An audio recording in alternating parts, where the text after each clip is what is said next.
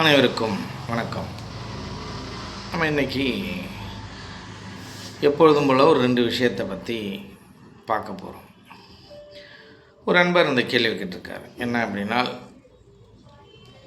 ஐயா, நாம் இப்போ மனித பிறவி எடுத்திருக்கோம். இந்த மனித பிறவி எடுத்திருக்கும் பொழுது அடுத்த பிறவி என்பது இந்த மனித பிறவியை சார்ந்தே அடுத்த மனித பிறவி நம்ம எடுப்போமா? மனித பிறவி எடுத்தவர்கள் மனித பிறவியை தான் எடுத்து கொண்டு இருப்பார்களா, இல்லை ஆணாகவும் பெண்ணாகவும் மனிதர்களை சார்ந்து எடுப்பார்களா? அப்படி இல்லை என்றால் பல பிறவிகள் எடுப்பதற்கு வாய்ப்பு இருக்கா? அது எதனுடைய அடிப்படையில் அவர்கள் எடுக்கிறார்கள்? அடுத்த பிறவியில் நாம் என்னவாக பிறப்போம் அப்படின்னு சொல்லி கேட்டிருக்காங்க. இப்போ மனிதர்களை பொறுத்தவரையிலும் இந்த மனிதராக இவர் பிறந்து விட்டார். இவர் அடுத்த பிறவி எடுக்கிறார்னு வச்சுங்க. இப்போ மனித பிறவியே இவர் எடுப்பாரா அப்படின்னால், இந்த இடத்துல தான் இந்த வள்ளலார் மிகப்பெரிய ஒரு அச்சத்தோடு ஒரு பாடலை பதிவிட்டிருக்கார். என்ன அப்படின்னால், அவருக்கு ஒரு குழப்பம். ஏனென்றால் அவருடைய குருநாதர் இருக்கார் இல்லையா, அவர் குருநாதராக ஏற்றுக்கொண்டவர் மாணிக்கவாசகர்.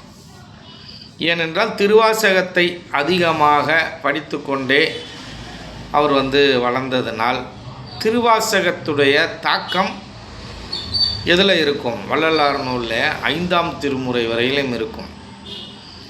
இப்போ மாணிக்கவாசகர் எப்படி அழுது புலம்பியிருக்காரோ, என்னை ஏன் இறைவன் ஆட்கொள்ள, நான் என்ன பாவம் செஞ்சேன், நான் இப்படி செஞ்சேனா அப்படி செஞ்சேனா அப்படின்னு பலவிதமான பாவங்களை அவர் வரிசைப்படுத்துவார். அதே போல தான் வள்ளலாரும் வரிசைப்படுத்தியிருப்பார். எப்பொழுதுமே நாம் குருவாக தேர்ந்தெடுக்கும் ஒரு நபர், நாம் குருவாக நம்ம இருக்கும் ஒரு நபர், அவருடைய தாக்கம்தான் அந்த சிஷ்யருக்கு இருக்கும். இது இயல்பான விஷயம்தான். இப்போ நான் இருக்கேன், எல்லா சித்தர்களுடைய தாக்கம்தான் எனக்குள் இருக்கும், எல்லா மகான்களுடைய தாக்கம்தான் எனக்குள் இருக்கும். இப்போ எனக்கென்று ஒரு தனித்தன்மை இருக்கும். இப்படி தான் எல்லா மகான்களும் சித்தர்களும் இருப்பார்கள். இப்படி தான் இந்த வள்ளலாருக்கும் அவருடைய பாடல்களும் அந்த சந்தேகத்துடன் எழுதிய பாடல். அது என்ன பாடல் அப்படின்னால், பிறவா வர வேண்டும், நான் பிறக்காமல் இருக்கணும். அப்படி நான் பிறந்துட்டேன் அப்படின்னால் உன்னை மறவா வர வேண்டும். இந்த யோகத்தையும் இந்த ஆன்மீக பாதையையும் இறைநிலை இறைவனான உன்னையும் நான் மறக்கக்கூடாது. இதோடைய வெளிப்படையான கருத்து என்ன அப்படின்னால், நான் மீண்டும் இந்த மனித பிறவியே பிறந்து மீண்டும் இந்த யோக மார்க்கத்தில் ஈடுபட்டு ஆன்மீகத்தில் ஈடுபட்டு உன்னை அடையணும். அதை மாதிரி ஒரு பிறவி கொடுக்கறதா இருந்தால் நீ அடுத்த பிறவியை கொடு, அப்படி இல்லைன்னா நீ இந்த பிறவியிலே நீ எனக்கு முக்தியை கொடுத்துடணும் அப்படின்னு ஒரு சந்தேகம் அவருக்கு. இந்த பிறவியில் கிடைக்குமா அப்படின்ற ஒரு சந்தேகத்தோட அந்த பாடல் இருக்கும். வள்ளலாரை பற்றி மிக உயர்ந்த நிலையில் நிறைய பேர் சொன்னாலும், உயர்ந்த அவர் நிலை அடைந்தார், அவர் அடைந்த நிலையை மற்றவர்கள் யாரும் அடையவில்லை, அவள்தான் ஞானிகளில் முதன்மையானவர், அவரவர்களுடைய குருநாதர்கள் அவரவர்களுக்கு முக்கியம்.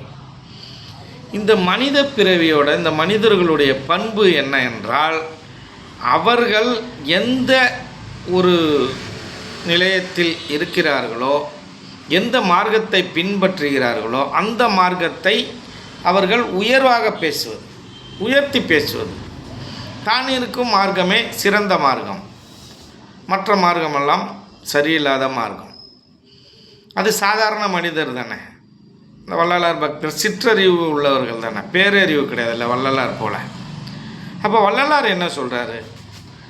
யாமும் இந்த சித்தர்கள் கூட்டத்தில் ஒருவன் அப்படின்னு சொல்கிறார். இந்த சித்த பெருமக்களில் ஒருவன் அப்படின்றார். இப்போ நாயினும் கடையேன்னு சொல்கிறார். தன்னையே தாழ்த்தி பேசுகிறார். ஆனால் இந்த வள்ளலாருடைய பக்தர்கள் எல்லாம் அவரை போல் யாரும் இல்லை அப்படின்லாம் சொல்லக்கூடாது. ஏன்னா பல்லாயிரம் வருடங்களுக்கு முன்பே இந்த ஆன்மீகத்தை போதித்தவர்கள் யாருன்னா சித்தர்களும் மகான்களும். வள்ளலாரே என்ன பண்ணிருக்காரு, மாணிக்க வாசகரை பின்பற்றி இருக்கிறாரு, குருநாதராக ஏற்றிருக்காரு மறைமுகமாக. இப்படி இவரே இன்னொருத்தவர் ஃபாலோ பண்ணியிருக்கார். அப்போ மாணிக்க வாசகரை உயர்வாக நம்ம சொல்லிடலாமா? இவரோட குருநாதர் மாணிக்க வாசகர் தான், இவருக்கே குருவாக அவர் இருந்திருக்கிறார், இவர் நூல் எழுதுவதற்கு அவருடைய நூல்கள் தான் உதவியாக இருந்தது, அப்போனா அவரை விட கீழானவர் இவர் அப்படின்னு நம்ம சொல்லிட முடியுமா? முடியாது. அப்போ எல்லா சித்தர்களையும் எல்லா மகான்களையும் சரிசமமாக தான் நான் பார்க்கிறோம். அப்போ எல்லா சித்தர்களும் சரிசமமானவர்கள் தான். இவர்களைப் போல் நம் ஏற்றத்தாழ்வாக நாம் சிற்றறிவை கொண்டு சொல்லக்கூடாது. நீங்கள் அந்த நிலையை அடைந்த பிறகு வேண்டுமானால் சொல்லலாம், அதுக்கப்புறம் சொல்லவே மாட்டீங்க, பேசவே மாட்டீங்க. அப்படி தான் இருக்கும். இதுக்கு காரணம் என்னென்றால் அனுபவ அறிவு குறைவு. சில பேர் சொல்வதுண்டு என்ன அப்படின்னால், அன்னதானம் நீங்கள் போட்டிங்கனால் மோட்சத்துக்கு போயிடலாம், முக்தி அடைஞ்சிடலாம், யோகத்தினால் முக்தி அடைய முடியாது. அப்போ சித்தர்கள் மகான்கள்லாம் சொன்னது என்ன பொய்யா? இப்போ வள்ளலார் எங்கேயாவது அதை மாதிரி குறிப்பிட்டிருக்காரா? முதல்ல 6ஆம் திருமுறையை ஒழுங்காக படிங்க. 6ஆம் திருமுறையில் யோகத்தை பற்றி அவர் சொல்லியிருக்கார். பந்தாட்டம் ஆடுறதுக்கு வாங்க அப்படின்னு அந்த பந்தாட்டத்துக்கு கூப்பிட்றாரு இல்லையா, அது எல்லாம் யோகத்தை சார்ந்த பாடல்கள் தான். அந்த யோகத்தை பந்தாட்டம் என்று அவர் குறிப்பிடுகிறார். கூப்பிட்றார், வாங்க பந்தாட்டம் விளையாட அப்படின்னு வெண்ணிலாவை கூப்பிடுறாரு. அப்போ இப்படி பலதரப்பட்ட ரகசியங்கள் நிறைந்ததாகவே இந்த சித்தர்களுடைய பாடல், சித்தர்களுடைய வாழ்க்கை அதெல்லாம் இருக்குது. ஒரு மனிதன் இங்கே மனித உடல் எடுத்து பிறந்து விட்டாலே அவன் பாவம் செய்தால்தான் இங்கே பிறக்க முடியும். அது சித்தராக இருந்தாலும் சரி, சாதாரண மனிதராக இருந்தாலும் சரி, அவருடைய பாவ கணக்கு கொஞ்சம் விட்டு போயிருக்கு. அப்படி விட்டு போனனால்தான் இங்கே திரும்பவும் வருவதற்கான வாய்ப்பு இருக்குது. ஒரு மனிதனுக்கு பாவமே இல்லை, அவன் இங்கு வருவதற்கு வாய்ப்பே இல்லை. புண்ணியமே இல்லை, அவன் வருவதற்கு வாய்ப்பே இல்லை.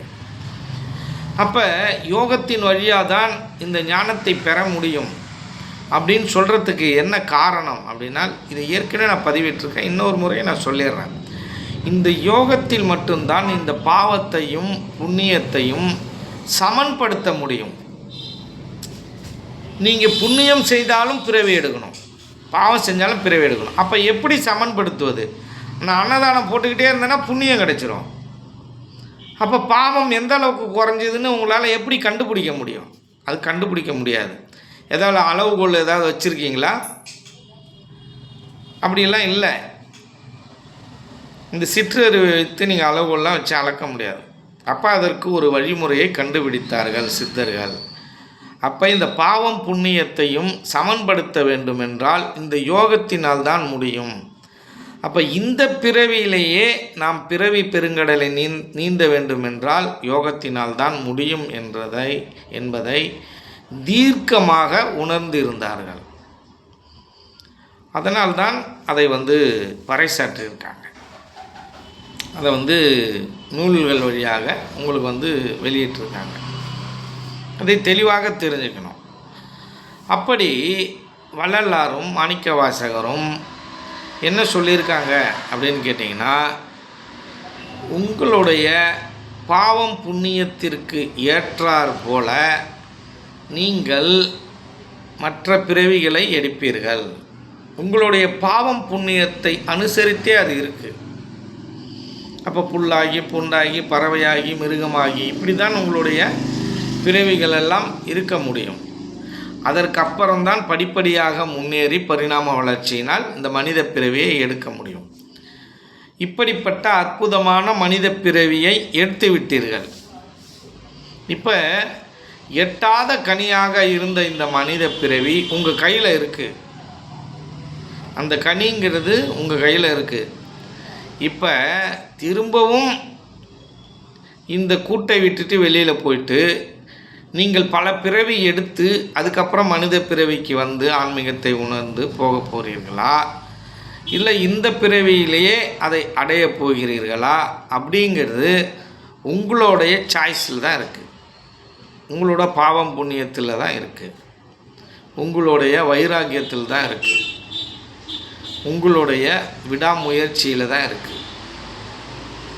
இப்போ வள்ளலார் கேட்ட மாதிரி நான் எந்த பாவமும் அதிகமாக செய்யலை, அப்படி எனக்கு பிறவி கொடுத்துட்டீங்கன்னா இதே மனித பிறவியை கொடு அப்படின்னு நீங்கள் கேட்டீர்களே, ஆனால் அந்த அளவுக்கு நீங்கள் என்ன பண்ணியிருக்கணும், புண்ணியம் பண்ணியிருக்கணும். தவறே பண்ணக்கூடாது. நீங்கள் லிஸ்ட்டு எடுத்துங்க, ஒரு நோட்டு எடுத்து லிஸ்ட்டு போடுங்க. ஒரு நாளைக்கு எவ்வளோ தவறு பண்ணியிருக்கேங்க, எவ்வளோ கடும் சொல்லியிருக்கீங்க அப்படின்னு லிஸ்ட்டை போடுங்க. எவ்வளோ நன்மை செஞ்சுருக்கீங்க லிஸ்ட்டு போடுங்க. அப்போ அதையெல்லாம் உட்காந்து படித்து பாருங்கள். ஒரு நாளைக்கு எவ்வளோ நன்மை பண்ணிடுறீங்க, தீமை பண்ணிடுறீங்க. அப்போ பல ஜென்மமாக நம்ம தீமை பண்ணிகிட்டு இருந்திருக்கோம். அப்படி பண்ணுற அந்த பல ஜென்மத்தில் பண்ண தீமைகளை எல்லாம் இந்த ஒரு ஜென்மத்தில் நான் அதை ஈக்குவல் பண்ண முடியுமா, சமன்படுத்த முடியுமானா முடியாது. அப்போ அதுக்காக தான் இந்த யோக முறையை கண்டுபிடித்தார்கள். அப்போ அதுக்காக மட்டும்தானா அப்படின்னால் அதில் இன்னும் பல ரகசியங்கள் இருக்குது. மனதை எப்படி கட்டுப்படுத்துவது, அமைதியுறலை எப்படி உண்பது, இறைவனை எப்படி தரிசிப்பது, இப்படி என்று அதற்குள் பலவிதமான ரகசியங்கள் நிறைந்திருக்கு அந்த யோகத்தில். இப்போ அன்னதானம் போட்டால் மோட்ச வீட்டின் திறவுகோலாயிடும்னா நீங்கள் எந்த இடத்துல போய் இறைவனை தரிசிப்பீங்க? அந்த அருட்பெருஞ்சோதியை புருவ மத்தியத்தில் தரிசிக்கணும். எப்படி தரிசிப்பீங்க? நீங்கள் யாருன்னு உணர்ந்து எப்படி தரிசிப்பீங்க அப்படின்றதெல்லாம் கேள்விக்குறி. அப்புறம் அமிர்தூரல்னு ஒன்று வழியணும். அப்படி அமிர்தூரல் வழிஞ்சால்தான் இந்த தேகம் அழியாத தேகமாக மாறும். அந்த அமிர்தூரலை எப்படி குடிப்பீங்க? அந்த அமிர்தூரல் எங்கேருந்து வழியும்? அந்த அமிர்தூரலை எது உருவாக்குது? அப்போ அந்த அமிர்தத்தை நாம் வழிய வைப்பதற்கான வழிமுறை எது? அந்த அமிர்தூரலாக மாற்றக்கூடிய சக்தி யாருக்கு இருக்கிறது? இப்படி பலதரப்பட்ட கேள்வி அதுக்குள்ளே இருக்குது. இப்படி இருக்கிற பட்சத்தில் அன்னதானம் போட்டால் நீங்கள் முக்தி அடைஞ்சிடலாம் அப்படின்னு முட்டாள்தனமான விஷயங்களை எல்லாம் நீங்கள் பெரிதாக எடுத்துக்கொள்ளாதீர்கள். அவர்கள் பேசிட்டு போகணும். அவர்கள் எல்லாம் சிற்றறிவு படைத்தவர்கள். இப்படி இதற்குள் நிறைய கேள்வி இருக்குது. இப்படி இந்த பல பிறவிகளாக நாம் எடுத்து தான் இந்த மனித பிறவியை எடுத்திருக்கிறோம். இப்போ நமக்கு இந்த உடல் கிடச்சிருக்கு. இந்த உடலில் நாம் இருக்கும் பொழுதே நம்மளுடைய தேவையை நிறைவேற்றிக்கணும். இது ஆசை அல்ல. ஒவ்வொரு மனித பிறவியும் எடுத்ததனுடைய நோக்கம் தேவை. தேவை என்பது வேறு, ஆசை என்பது வேறு. ஆசை அது பற்றி கொள்ளும். அது பற்றினுடைய ஒரு பகுதி. இந்த நிலையை அடைய வேண்டுமென்றால் நீங்கள் பற்றுன்றதே இருக்கக்கூடாது. ஒவ்வொரு மனிதனுக்கும் முக்தி என்பது ஒரு தேவை. உணவு எப்படி இந்த உடலை, இந்த உயிரையும் காப்பாற்ற, அந்த உடலுக்குள் உயிரை வைத்திருப்பதற்கு உதவுமோ, அதே போல் இந்த யோகம் இறைநிலையை உணர்வதற்கு உங்களுக்கு உதவும். அப்படிங்கிறத நீங்கள் தெளிவாக புரிஞ்சுக்கணும். அப்போ நான் இந்த பிறவியில் இதை உணர்வது என்பது தான் எனக்கு சாத்தியம். நான் இருக்கேன். இப்போ நிதர்சனமாக நான் இந்த மனித பிறவியில் இருக்கேன், உணர்றேன் அப்படின்னாக்குள்ள இப்போயே நம்ம பயன்படுத்திக்கணும். அதை விட்டுட்டு நான் இந்த பிறவியை எடுத்துகிட்டு அடுத்த பிறவி போயிட்டு அதற்கென்று ஒரு கால இடைவெளி இருக்குது. ஒவ்வொரு பிறவிக்கும் ஒரு கால இடைவெளி இருக்குது. ஒவ்வொரு பிறவி எடுத்ததுக்கு அப்புறமும் அந்த ஜீவனாகப்பட்டது இளைப்பாறும். அதற்கு ஓய்வு தேவை இல்லையா? இப்போ மனிதன் எப்படி இவன் காலையிலிருந்து இரவு வரைக்கும் மாலை வரைக்கும் உழைத்து அதுக்கப்புறமா ஓய்வெடுப்பதற்கு இரவில் போய் உறங்குகிறானோ, அதேபோல் இந்த மனித பிறவியாக இருந்தாலும் மிருகப்பிறவிகளாக எந்த பிறவிகளாக இருந்தாலும் அவைகள் எல்லாம் இளைப்பாறுவதற்கு என்று ஒரு காலம் இருக்குது. ஒரு பிறவிக்கும் மறுபிறவிக்கும் இடைப்பட்ட ஒரு கால நிர்ணயம் இருக்குது. அது அவர்களுடைய பாவம் புண்ணியத்தை பொறுத்தது. அதுவும் இரகசியமானது. நீங்கள் இளைப்பாறை விட்டு அடுத்த பிறவி எது எடுக்க வேண்டும். இப்போ இந்த மனித பிறவி எடுப்பதால் இருந்தாலும் கூட உங்கள் பாவம் புண்ணியத்திற்கும் உங்கள் அம்மா அப்பா செய்த பாவம் புண்ணியத்திற்கும் ரெண்டும் தொடர்பு இருக்கும். அப்படி தொடர்பு இருப்பதனால்தான் நீங்கள் அந்த உயிரோடு நீங்கள் அங்கே போய் அந்த கருப்பையில் சேர முடியும். உங்களுடைய தந்தையோட உடம்புக்குள்ளே போய் எப்படி போகிறீங்க அப்படின்றது தான் பரிணாம வளர்ச்சி. கொஞ்சம் கொஞ்சமாக போவீங்க. உணவு மூலயமாக பலதரப்பட்ட முறையில் இந்த பரிணாம வளர்ச்சியில் போய் அதுக்கப்புறம் நீங்கள் என்ன பண்ணுவீங்க, கருப்பையில் விழணும். கோடிக்கணக்கான செல்கள், லட்சக்கணக்கான செல்கள் அங்கே உடம்புக்குள்ளே இருக்கும். அந்த செல்களில் விந்தணுக்களாக அந்த செல் மாறணும். அந்த விந்தணுக்கள் செல்லில் ஆயிரக்கணக்கான செல்கள் முட்டி மோதி கர்ப்பப்பையில் அந்த சம்யோகத்தின் போது ஒரு ஆண் உடலுறவின் போது அது முந்திக்கொண்டு போகும். அப்படி முந்திக்கொண்டு போகும்பொழுது அது கருப்பையில் விழுந்தால்தான் அது மனித பிறவி. அது கருப்பையில் விழாமல் அது வேஸ்ட் ஆகிடுச்சு அப்படின்னால் திரும்பவும் நீங்கள் அந்த பரிணாமத்துக்கு திரும்பவும் மீண்டும் வரணும். இந்த ப்ராசஸ்லாம் நடக்கிறதுக்கு பல காலம் ஆகும். 100 வருடங்கள் ஆகலாம், 500 வருடங்கள் ஆகலாம், 1000 வருடங்கள் ஆகலாம். இப்படி பல காலம் ஆகும். நான் இப்பொழுது இங்கே உயிரோடு இருக்கேன். இதை பயன்படுத்திக்கணுமா வேணாமா? பயன்படுத்திக்கணும். எத்தனை பேர் இதை பயன்படுத்திக்கிறீங்க? பயன்படுத்திக்கவே இல்லை.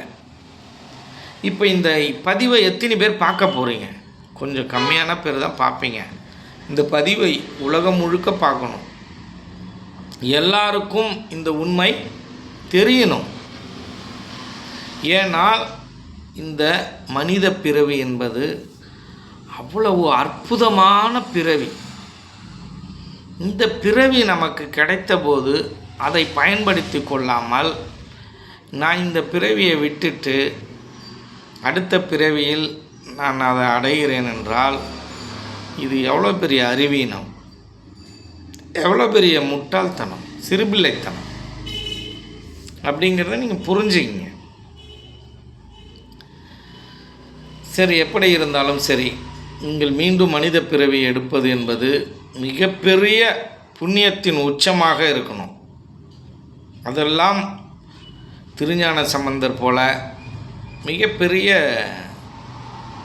ஒரு மகான்களுக்கு தான் அது மாதிரி வாய்க்கும். நீங்கள் மீண்டும் மகானாக பிறப்பதற்கான ஒரு கூறு இருக்குங்க.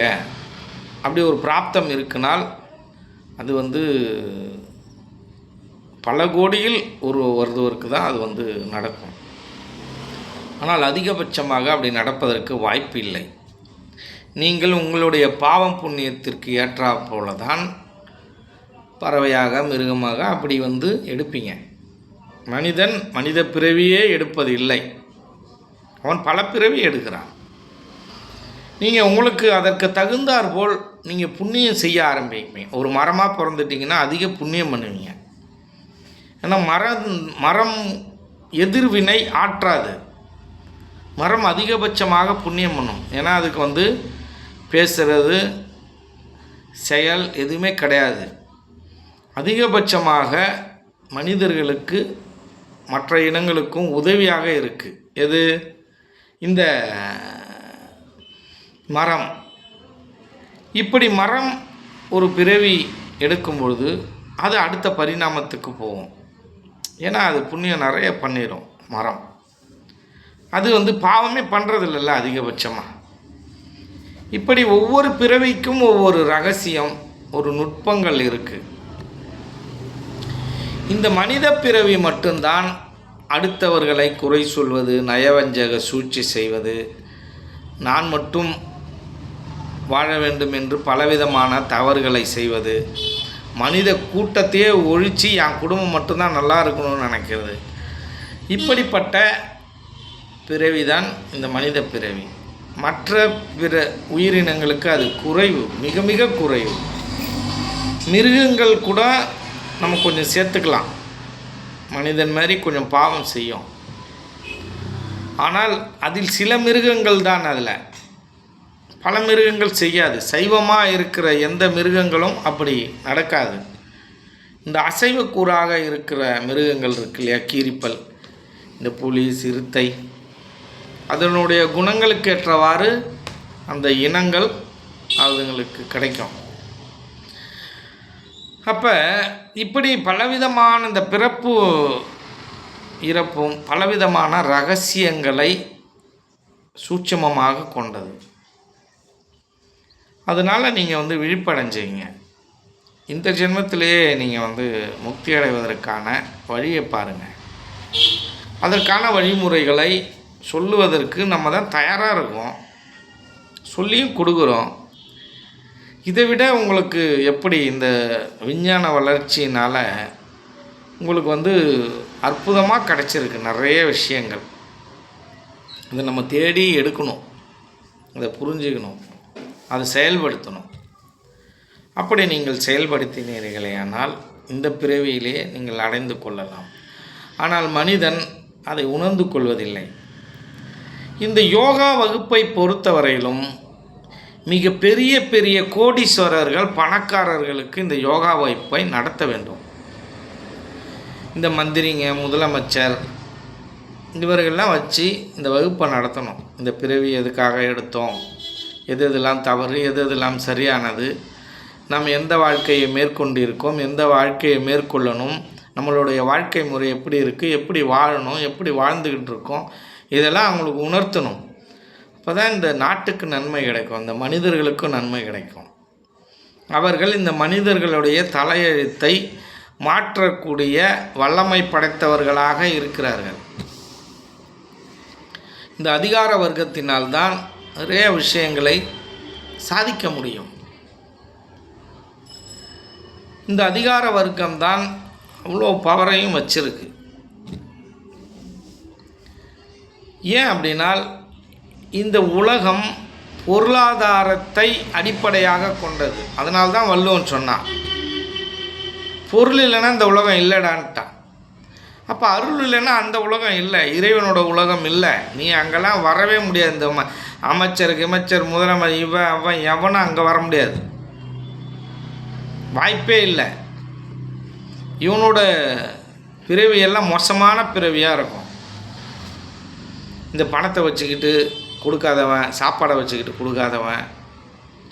உங்களுக்கு தேவையான அளவை நீங்கள் வச்சுக்கோங்க, 10 மடங்கு கூட வச்சுங்க, இல்லை 5 மடங்கு கூட வச்சுங்க. அதுக்கு மேலே உள்ளதை நீங்கள் கொடுங்க, இல்லாதவங்க கொடுங்க.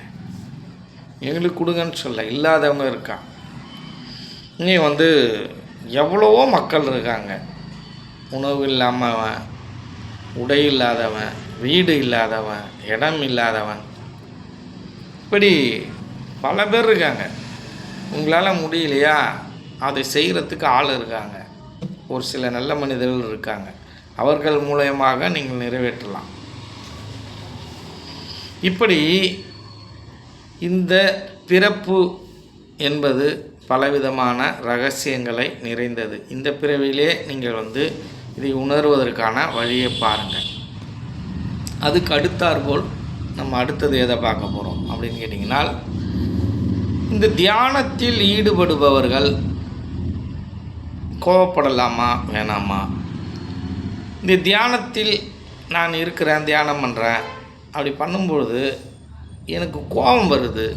ஏன் வருது?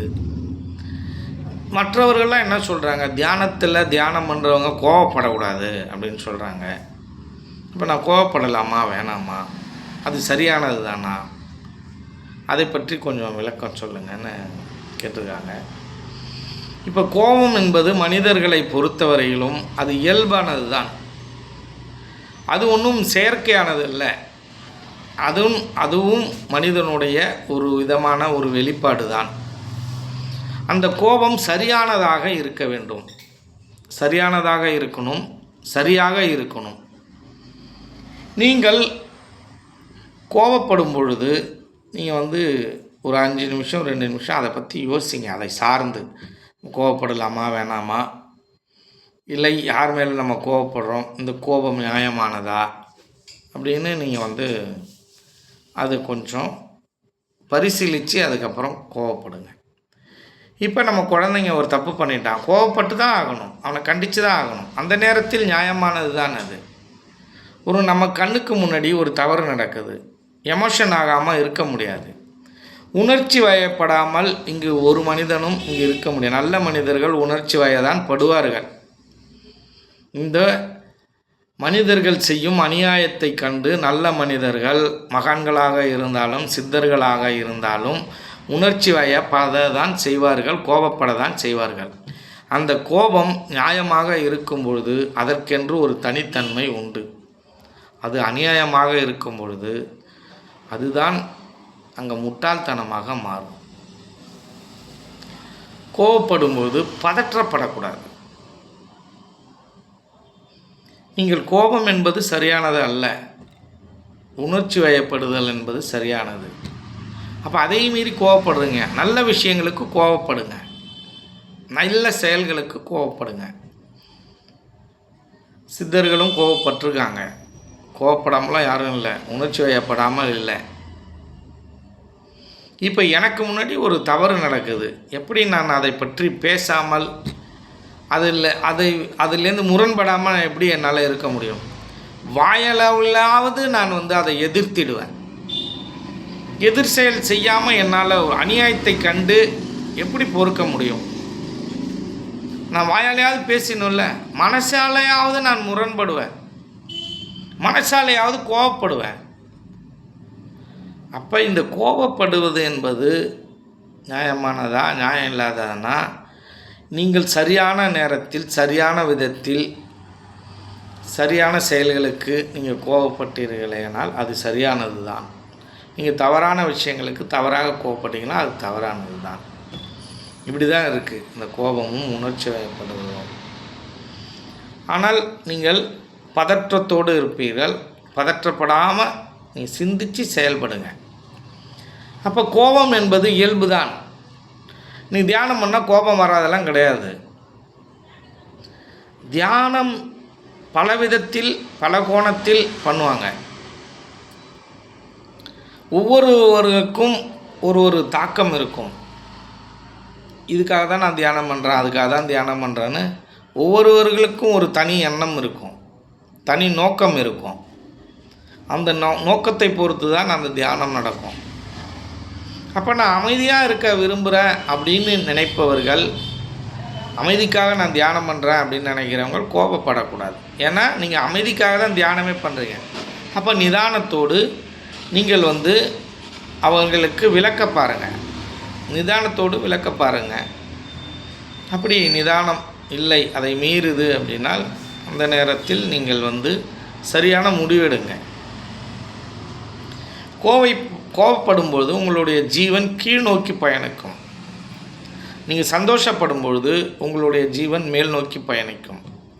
நாம் மேல் நோக்கி பயணிப்பதற்காக வந்திருக்கிறோம், ஆனால் நாம் நிறைய விஷயங்களில் கீழ் நோக்கி பயணிக்கிறோம். அந்த கோபத்தோட வெளிப்பாடு அப்படி தான் இருக்கும். அதுக்கப்புறம் நம்ம போய் பயிற்சியின் மூலமா சரி பண்ணணும். அப்போ நீங்கள் சரியான நேரங்களில் சரியான விதத்திற்கு கோவப்படுங்க, இல்லைன்னா கோவப்படாதீங்க, அமைதியாக இருங்க. ஏனால் எதுவுமே நம்ம கையில் இல்லை அப்படின்னு நினைக்கக்கூடாது. நம்மளை கைமீறி போகிற விஷயங்கள் எல்லாம் நம்ம கையில் இல்லை அப்படின்னு நினச்சிங்க. நம்ம முழுமையாக செயல்படுறோம், ஒரு காரியத்தின் மேலே முழுமையாக செயல்படுறோம், நம்மளை மீறி ஒரு செயல் நடக்குது, அப்போ அது இயல்பானது தான், அது இறை செயல்தான் அப்படின்னு நினச்சி உங்களை நீங்கள் சமாதானப்படுத்துவீங்க. அதுதான் உண்மையும் கூட. இப்போ நான் செயல்படாமல் அந்த செயல் நடக்குமா அப்படின்னா நடக்காது. நம்ம செயல்படணும். அதே போல் தான் கோபமும். அதை நிதானத்தோடு நீங்கள் பயன்படுத்துங்கள்.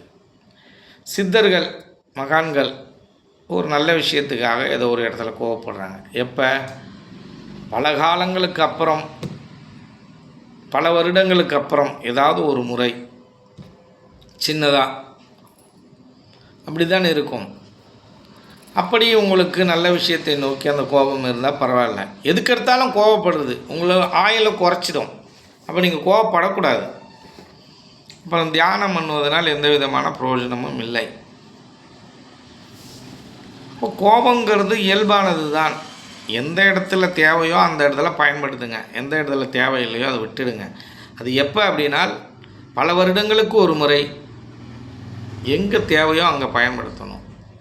ஒரு ஆசிரியராக இருக்கார், குழந்தைங்க படிக்க மாட்டேறான், அந்த நேரத்தில் அவருக்கு பனிஷ்மெண்ட் கொடுக்கணும் தான். அந்த நேரத்தில் சின்னதாக ஒரு கோபம் பட வேண்டியதாக தான் இருக்கும்.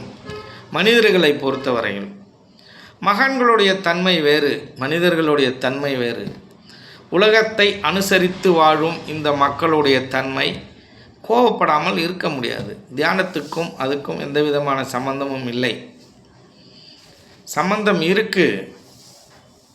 அது யாருக்கு அப்படின்னா தியானத்தில் முழுமையாக, யோகத்தில் முழுமையாக பயணிப்பவர்களுக்கு. அவர்களும் ஏதோ ஒரு நேரத்தில் கோபப்படுவார்கள் தான்.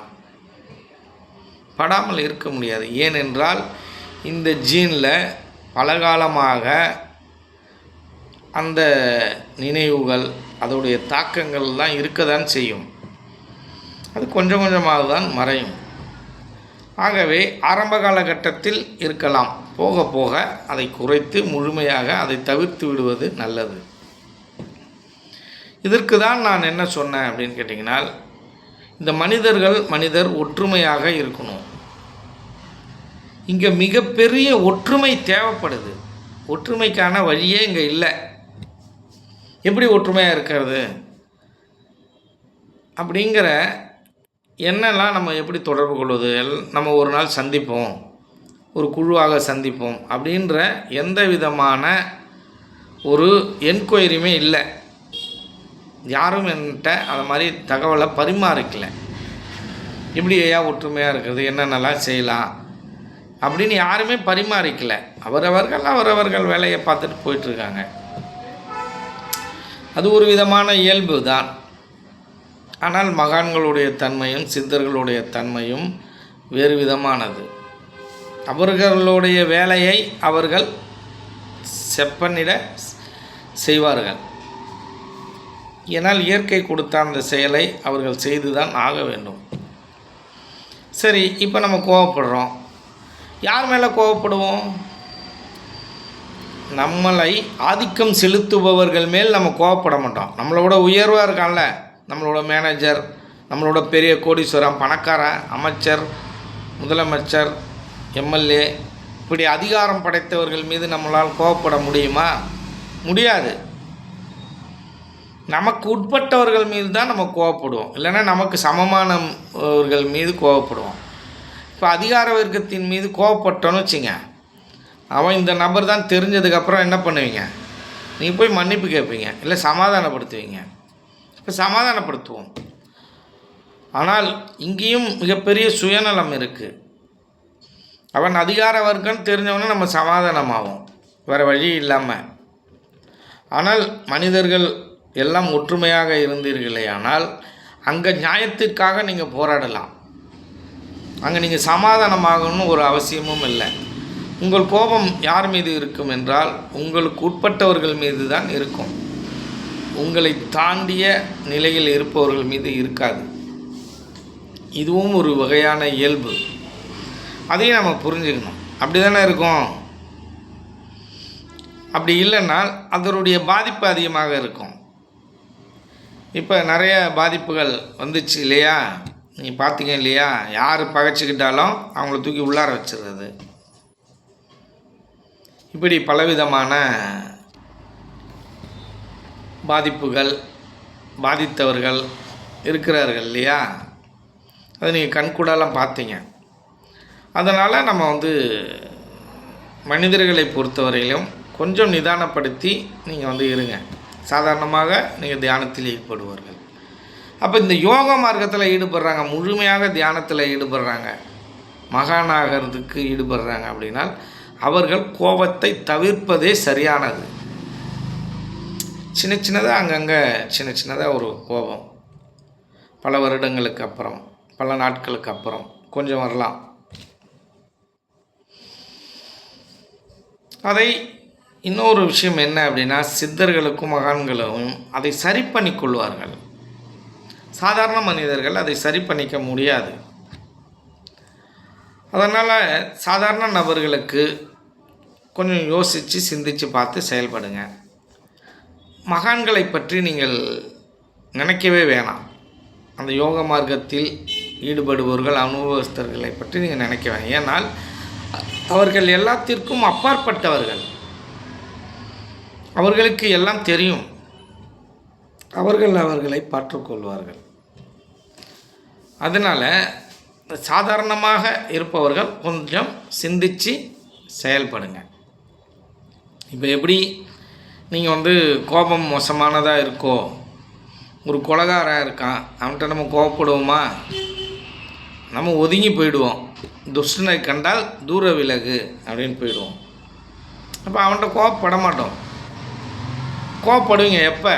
உங்கள் கூட ஒரு 100 பேர் இருக்கான், 100 பேரும் அவனை எதிர்க்கிறான் அப்படின்னா அப்போ கோபப்படுவீங்க. அப்போ நீங்கள் தப்பிச்சுக்கலாம். அந்த இடத்துல நியாயம் என்பது அங்கே நிலைநாட்டப்படும். ஏனென்றால் நீங்கள் ஒற்றுமையாக இருக்கிறீர்கள். அந்த இடத்துல ஒரு 20 பேர் 10 பேர் இருந்தாலும் அங்கே நியாயம் நிலைநாட்டப்படும். நீங்கள் பல்லாயிரம் பேர் இருக்கீங்க, ஒரு அரசாங்கத்தையே எதிர்க்கலாம்.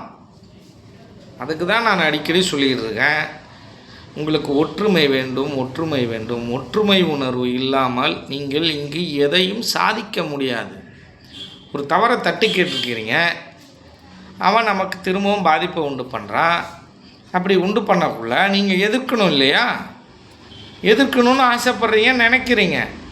நமக்கு ஒரு அநியாயம் நடந்துச்சுன்னு எப்படி முடியும்? எப்படி சாத்தியம்? ஒற்றுமை இல்லாமல் எப்படி சாத்தியம்? சுதந்திர போராட்ட காலத்தில் எல்லாரும் ஒற்றுமையாக இருந்ததுனால்தான் சுதந்திரம் கிடச்சிது. ஒவ்வொருத்தவங்களும் ஒவ்வொரு முறையிலும் செயல்பட்டாங்க. மிதவாதம் ஒரு குரூப்பு, தீவிரவாதம் ஒரு குரூப்பு, இப்படி பலதரப்பட்ட பேர் வேலை செஞ்சாங்க. அப்படி செஞ்சதுனால தான் நமக்கு என்ன கிடைச்சது? சுதந்திரம் கிடைச்சது. அப்போ அங்கே என்னவா இருந்தது? தீவிர குரூப்பில் அவங்க ஒற்றுமையாக இருந்தாங்க ஒரு குரூப்பாக. இப்போ மிதவாத குரூப்லாம் இவங்க ஒற்றுமையாக இருந்தாங்க. அப்போ அது சாத்தியமாச்சு.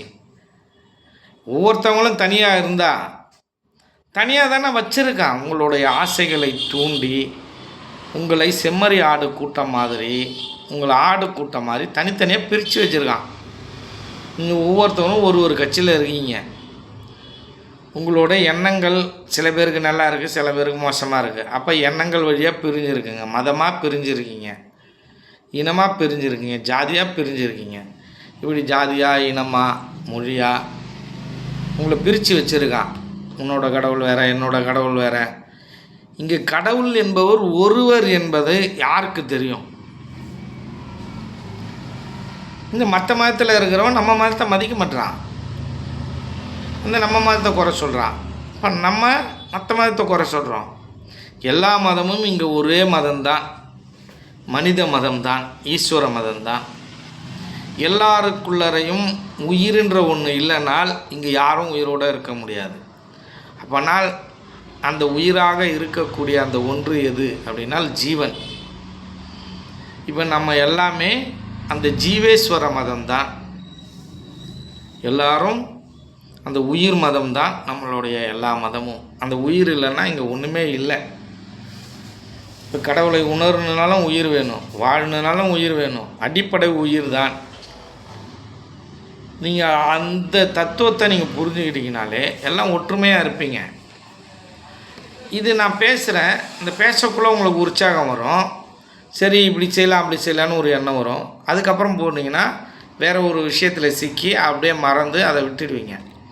இப்படி இல்லாமல் நம்ம ஒற்றுமையாக அதே எண்ணமாக இருந்து செயல்படுத்தணும். நம்ம அதற்கான முயற்சி, அதற்கான செயல்பாடுகளில் இறங்கணும். நான் சமைக்கணும் சமைக்கணும் சமைக்கணும் வாயால் சொல்லிக்கிட்டே இருந்தேன்னா சமைக்க முடியாது, பசி அடங்காது. நீங்கள் போய் செயல்படணும், சமைக்கணும், அதுக்கப்புறம் அதை எடுத்து நீங்கள் சாப்பிடணும். இப்போ தான் நீங்கள் பசி அடங்கணும். வாயாலே பேசிக்கிட்டு இருந்தால் இது சாத்தியமே அல்ல, நடக்காத ஒன்று. அப்போ நியாயமான விஷயம் இந்த உலகத்தில் நடக்கணும், நியாயம் நிலைநாட்டப்படணும், நல்லோர்கள் நல்ல விதமாக வாழணும், கெட்டவர்களிடம் எல்லாத்தையும் பிடுங்கணும், இல்லை கெட்டவர்களை மாற்றணும். இப்படி தான் நடப்பதற்கு வாய்ப்பு இருக்குது. இது செய்யணுன்னா நாம் மிகப்பெரிய ஒற்றுமை உணர்வோடு செயல்பட்டு நாம் மிகப்பெரிய நீண்ட நாள் சாதனையாக இந்த சாதனையை நாம் நிறைவேற்ற வேண்டும். சரி, இத்துடன் இந்த காணொளியை நிறைவு செய்கிறோம். மீண்டும் இன்னொரு காணொளியை சந்திப்போம். நன்றி, வணக்கம்.